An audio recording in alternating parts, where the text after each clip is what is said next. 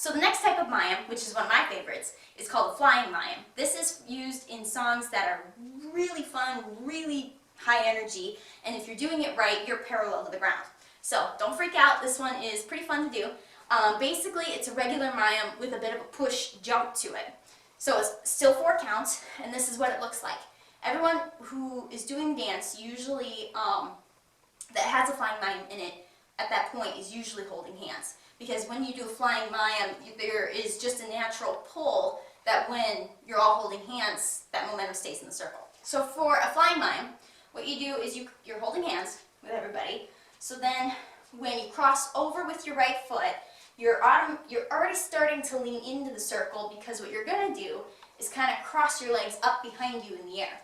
So this is what it looks like. It's easier to do it faster than it is slower. So you just push and then jump like that. So let me do it with you facing my back so it's easier for you to see. So you're holding hands, leaning in, and then push, and then jump. So you transfer, when you do go from the right to the left foot, you jump from one to the next. And then you're already swinging your right leg behind you, because that is the 3rd step in the Mayim. So it's right jump, left foot, right swing around while you're stepping with your left, and then left placement. So right jump, right, left, right jump, right, left, right jump, right, left, right jump, left, right, left.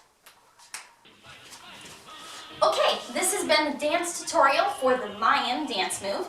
If you have any questions or comments, please feel free to comment in the comments section below. And if I missed a type of Mayim that you know about and I didn't put into this tutorial, please let me know. Put it in the comments section or send me an email. I'd love to hear from you.